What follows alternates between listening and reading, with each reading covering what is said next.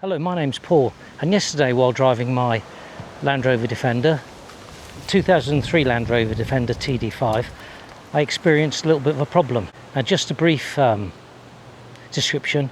My wife and I have been travelling around Corsica in my Land Rover Defender for the last month or so, and touch wood, it's all gone very well. We've had no real major issues. However, yesterday, while climbing a mountain, I'll call it a mountain, but I think we were up at an altitude of between 1,000 and 1,500 meters, I experienced an extreme loss of power. When I say an extreme loss of power, the last, say, kilometre of the mountain that we had to climb, and I'm calling it a mountain, I'm pretty certain it is a mountain, the last kilometre of the mountain that I had to climb, I had to do it in second gear. I had extreme loss of power and just couldn't get any power. Now, after thinking about it for a while, I could possibly put it down to the altitude and the lack of oxygen, perhaps, and the heat. The density of the air was very low, and so the Land Rover just didn't have enough air to breathe. Cooling was fine, although at one time I did think I could smell coolant, but I've subsequently checked the reservoir and the coolant hasn't shifted at all. But once we were over the hump of the mountain, as it were, and we descended down into just outside Calvi, everything seemed to be fine. So the only other thing I can think of is I was a little bit low on fuel. Perhaps that's what it was, but I was definitely not on the actual the light. I was quarter of a tank, just under a quarter of a tank. Perhaps that contributed to it. Perhaps it was just a mixture of things. I even thought about the petrol cap.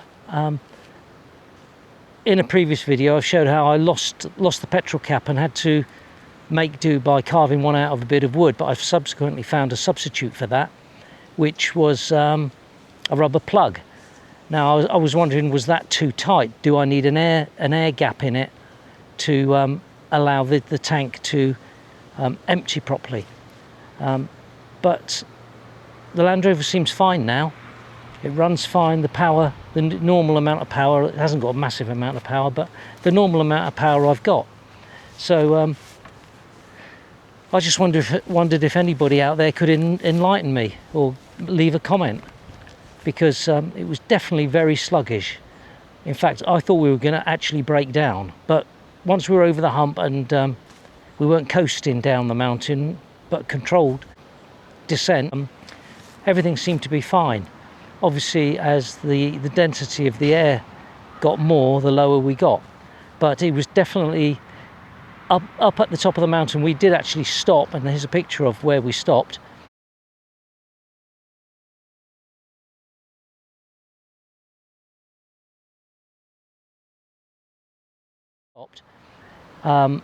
I think it was about 45 degrees inside the vehicle, and outside, and believe it or not, normally with the Land Rover it's cooler in the vehicle than it is out. The minute we stepped outside the vehicle, we could just feel it hit us like an oven door opening. So it was very hot up there. In fact, I'll just get the thermometer and let's see how hot it is today, or what the temperature is today. Well, there it is. That's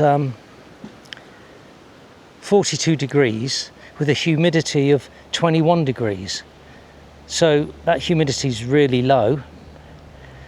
And 42, I know you've got it hot in Britain, but 42 degrees. When I took this thermometer out of the vehicle this morning, which had been in full sun, as you can see, this thermometer read 50 degrees. I've subsequently had it in the shade for the last hour, so it's come down to the normal. In fact, it's now dropped, because I've got it out in the wind, to 41.8, but it's really hot here. So on a lighter note, Corsica is great. If I could describe Corsica with one word, it would be freedom. It's very hot. You need to drink lots of water all the time. But if you've got a Land Rover and you want a bit of a road trip, in comfortable surroundings, and the campsites are brilliant. You just drive up to them, park, give them your ID or deposit or whatever it is, and you can just find a pitch and park. There's always plenty of sanitary blocks and stuff like that, showers, toilets, everything. And it is just so comfortable camping in Corsica. And we hadn't done it before now. We did one day in Britain prior to coming here. This is our setup at this place. So that's it. So if anybody's got any ideas as to what it was, the sudden loss of power, I'd be interested to know in the comments. Thank you very much for watching. And if you can, please subscribe if you haven't already, and hit the like button. Thank you.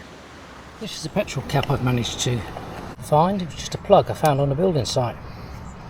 It fits in there perfectly, but I'm just wondering, although there's air, can get past there and there, so it obviously wasn't that.